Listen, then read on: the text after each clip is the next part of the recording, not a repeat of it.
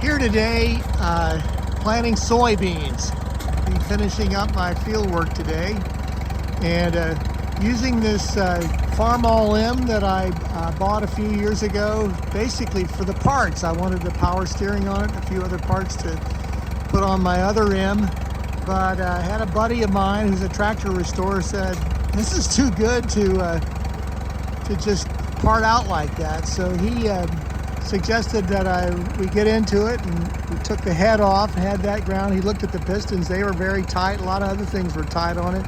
And he said the tractor really hadn't been used that much, just been left outside and not run much, and it didn't take much really to get it going. So I put a few things on it, and I'll show you those, but I think what I'm gonna do with this tractor is this summer I'm gonna get my grandson to help me, and like we did with the other M, we're gonna do a little painting on it. We'll paint the grill and the hood and the gas tank, a couple little fiddly bits there, the fenders, maybe the wheels. I don't know about that, but anyway, I'm gonna try to make it look a little sharper than it looks right now.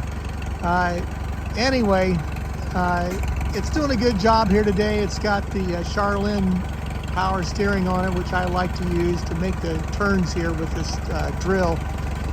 And it's just a good running tractor right now. It didn't do very well plowing. I don't think it has the power to pull a 3-bottom plow, but should, but it doesn't, or didn't do well with it, not in third gear anyway.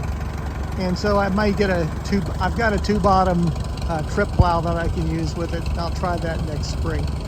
I'm planning today with this John Deere Brunt drill. I've showed you this drill in the past, but I'll go over a few of the features with you. I bought 2 of these things, cheap money, like $100-200 a piece. Put them together and made one good drill out of them. I did have to manufacture a few parts, and I'll show you something on the seed cup that's kind of ridiculous, but you can actually still get parts for it, some parts for this drill, but I'll talk about that in a second.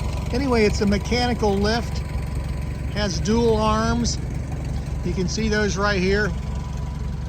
And you kind of got to be careful when you're dropping and raising them, because the tendency is if you don't grab the rope right here at the knot, you will not be able to, one side will stay down, then you have a big skip. I did that with my other drill this fall. I had a big skip right down the middle of the field with wheat. Of course, you don't really notice it until you somewhere down the road. Anyway, they made a lot of this drill. It was a very good drill. It's got depth control on it. That's what these 2 arms are right here. Single disc openers. You'd like to have the double disc openers, but this one is an older style. And seed box holds maybe 4 bushels.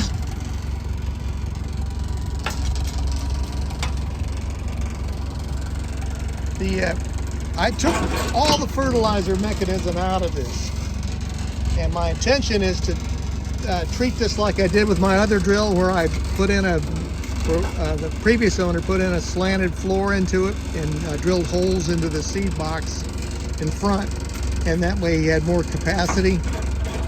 That works out really well. Underneath here, I'll show you these little seed cups. The seed cup mechanism on these drills are pretty much the same as they've always been. And you have these little gates here, these little latch gates. I don't know if you can see them or not. But they're designed to control the flow of the seeds. And these particular latch gates are not very good. I've worked with them, tried to make them as good as possible. I actually made a couple of them. You can still get them from John Deere. They want $35 a piece for these things, and there's 15 of them. So do the math. You can see you could have more money in these little latch gates than you would have in the whole drill. So I just tend to work with them and try to get them to feed right. And it messes up your accuracy a little bit if they're not set at the proper setting. I can show you one other thing on this. It's the, I'll show you a couple other things. The little acres meter is a very cool little thing, and you set that at the beginning. You can set it to 0, you take it off and redo the cogs, and basically that's a that tells you roughly how many acres you've done.